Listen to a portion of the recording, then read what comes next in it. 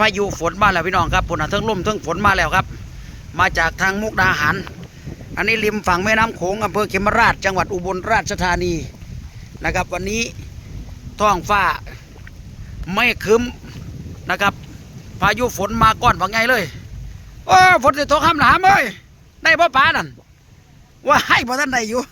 เอาได้ตัวยังไงจังเมื่อเฮาปุ้ยฝนมาแล้วผมเห็นว่าฝนแหลมมาแล้วฝนแหลมมาแล้วฝนแหลมมาแล้ว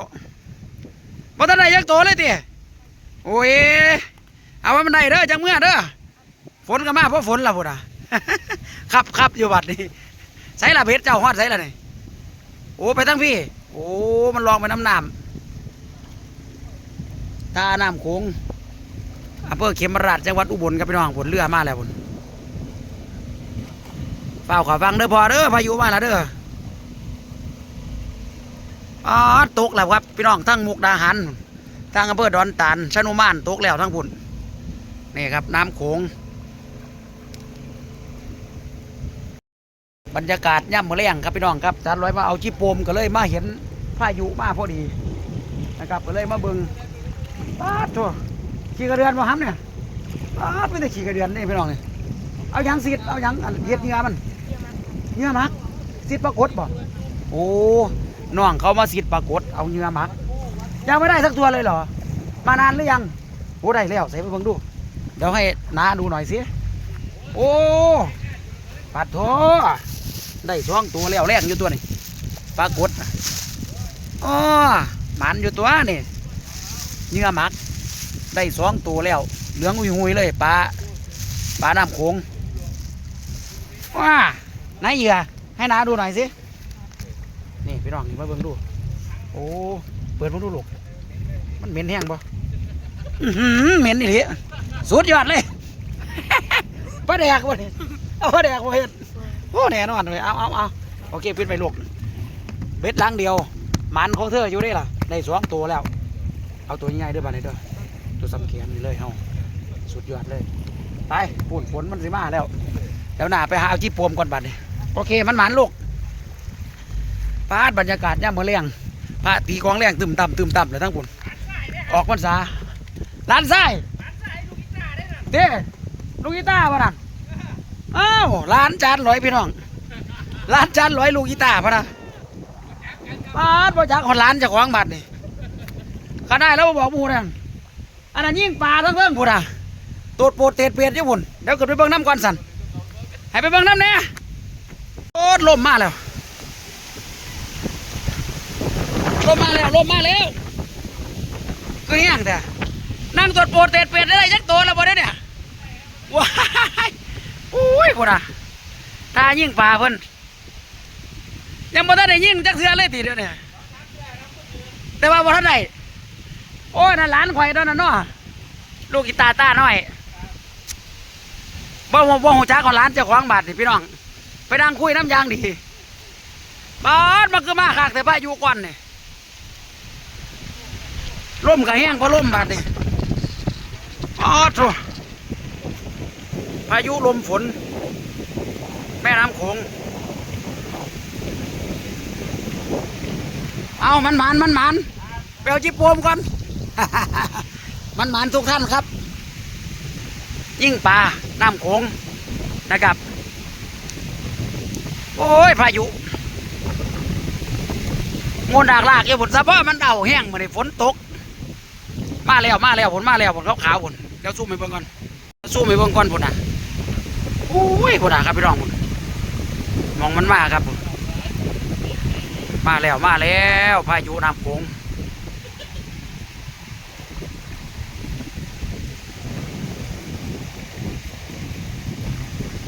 ลมแห้งไปแต่เห็นตัวมันล่ะบอกคือลมแห้งแท้ถ้าเบื้องบาดมันบ่อนเอาปะเดี๋ยวไปเอาจิบปมก่อนพี่น้องครับบาดนี่ขออนุญาตบาดคำถ่ายคลิปอีก1 คลิปวันนี้ยามมื้อแรงนะครับวันออกพรรษามื้อแรงกสิมีจุดอันบังผู้จุดประทัดจุดบังไฟและมื้อแรงอยู่บ้านจานลอยอันนี้อยู่ในอำเภอเขมราชครับตอนนี้นะครับอันนี้คือวัดวัดนี่ยังขอซื้อวัดเพิ่น เนี่ยลืมแล้ววัดอันที่พี่น้องมาเพิ่นมาเที่ยวเพิ่นสิแวะมาในตลอดนะครับวัดที่เพิ่นเขียนกำแพงนะครับเพียรไล่กำแพงวัดงามๆนี่นะครับพี่น้องผู้ใดเคยมาสิเห็นอยู่กับเข็มมาลาดเพิ่นตีกองแรงเอาไปเอาจิ๊บโปมก่อนบาดดิเอาถังน้ำแข็งใส่น้ำแข็งมาแล้วพวกนี้จะเดินทางกลับขอนแก่นสำนักงานบรมโนพันวิเศษศิลป์บุระครับพี่น้องมืออื่นฮอดแล้วตลาดล้านดอกจานอำเภอเขมราชย่ำมือแรงเป็นจังไดเนี่ยมาเบิ่งดูสั่งจิ๊บโปมเป็นใส่ขี้ไว้มืออื่นยังสิมาเอาตัวสดพี่น้องนะครับคำแล้วแม่ขายกันเก็บแผงเก็บของเบิ้ลแล้วโอ้ยเก็บเบิ้ลละบ่ มาย่ำมือแรงมาย่ำคำโอ้เสียทรงใส่นี่โอ้เสียไปกรุงเทพส่งรถทัวร์ปาดส่งกรุงเทพส่งรถทัวร์ใส่แบบนี้เลยนะครับจิ๊บโปมล้วนๆใส่ขี้แล้วเนาะนี่คันพอใส่ขี้ส่งบ่ได้แม่นครับเขาต้องใส่ขี้โป๊ะน้ำแข็งไปอันนี้คือส่งรถทัวร์พี่น้องแม่นครับมีหอดครับคอยอันเสียบตู้เย็นไว้อยู่ก็เลยมาเอา จิ๊บโปมใส่ขี้ของจานร้อยมืออื่นยังสิมาเอาโตบ่ท่านใส่เสียเอาเมื่อน้ำมืออื่นเอาเลยแม่นบ่ เอาขึ้นรถถังมืออื่น4,000ตัวพวกนี้ได้เลยครับโอเคโอ้อันนี้แพ็คเสร็จแล้วอ๋อแพ็คเสร็จแล้วเตรียมส่งกทม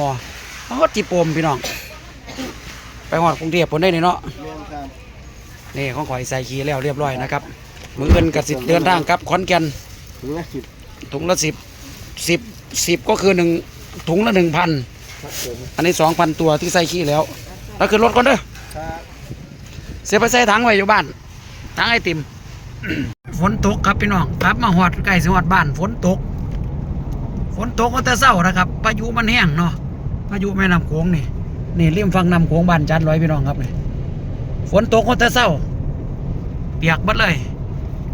แสดงว่ามันไปจากบ้านจันร้อยไปครับไปจากอำเภอชะโนมานจากอำเภอดอนตาลนะครับพายุก้อนนี้ออกมาจากมุกนะครับผลยังแหล่อยู่ทั้งผล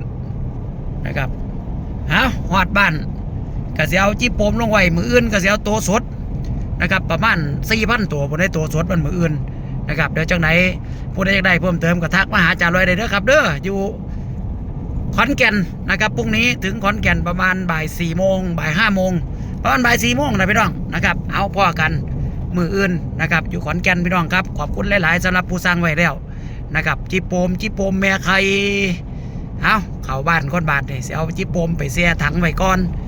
นะครับตัวใส่ขี้ตัวสดมืออื่นจังเสียเอาไปนำนะครับออกเดินทางแต่เช้าจวด